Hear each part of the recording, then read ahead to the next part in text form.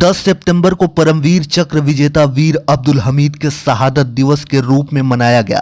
1965 की लड़ाई के हीरो ने अदम्य साहस का परिचय देते हुए पाकिस्तान के 7 पैटर्न टैंकों को नस्ता नाबूद किया था।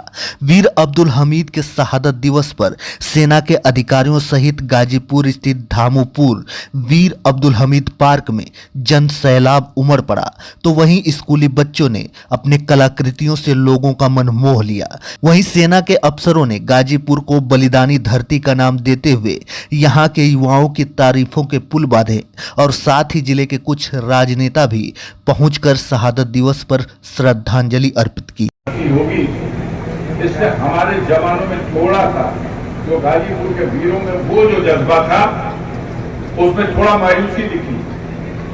कुछ लोग घबराए, लेकिन ये फैसला सेना का नहीं, ये सरकार का फैसला है। इस फैसले को लेके बहुत से लोग सड़कों पर आए, समझाया है समाज के बुद्धिजीवियों ने, इसका कोई फायदा नहीं है। आप अपना रिकॉर्ड न खराब कराओ।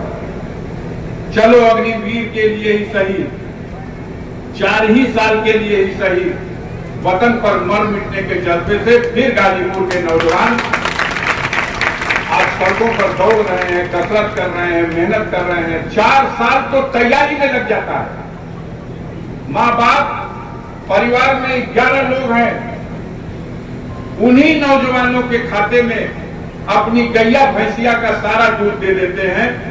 एक नौजवान हमारा तैयार होकर के अगर सेना में चला जाएगा तो एक तरफ वो देश की सेवा भी करेगा और दूसरी तरफ परिवार का मान सम्मान भी बढ़ेगा, रोजी रोटी का एक रास्ता बनेगा। थोड़ा मायूसी उनके अंदर है। हमने उन्हें समझाया। हमें आज एक अध्यापक मिले थे, उन्होंने कहा कि सवाल पर पार्लियामेंट में आप लोगों ने क्यों नहीं जिस तरह से विरोध होना चाहिए था किया। हमने कहा देखो, जनता ही अवसर देती है लोकतंत्र की व्यवस्था में व्यवस्था चलाने वालों को, और व्यवस्था चलाने वाले की सोच पर निर्भर करता है वो किस रास्ते को उचित रास्ता समझता है। एक अध्यापक मिल गए थे रास्ते में, हम लोग एक दरवाजा करने के लिए रुके, तो उन्होंने कहा कि कैसे मान लें हम कि सिर्फ अग्निवीर तक सीमित होगा। हमने कहा आप अध्यापक हो, बताओ गुरु हो, क्या कहना चाहते हो। उन्होंने कहा कि कल कहीं अध्यापक वीर ना आ जाए।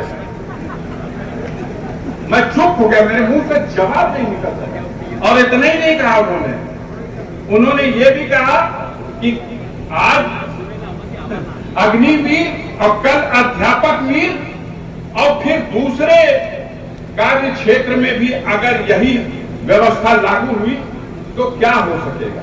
बहरहाल आज वो मौका नहीं है कि जिस पे हम चर्चा कर सकें, लेकिन रास्ते में आते समय 1-2 घटनाएं हुई हैं, दुर्घटनाएं हुई हैं। आकाशीय बिजली से पता नहीं क्या ऊपर वाले को मंजूर है, 7 लोग मर गए इसी बरसात में।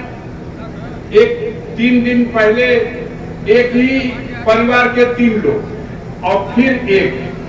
अजीब बात है, इस क्षेत्र में 7 लोग तो आकाशीय बिजली से मर गए, सांप काटने से कई लोग मर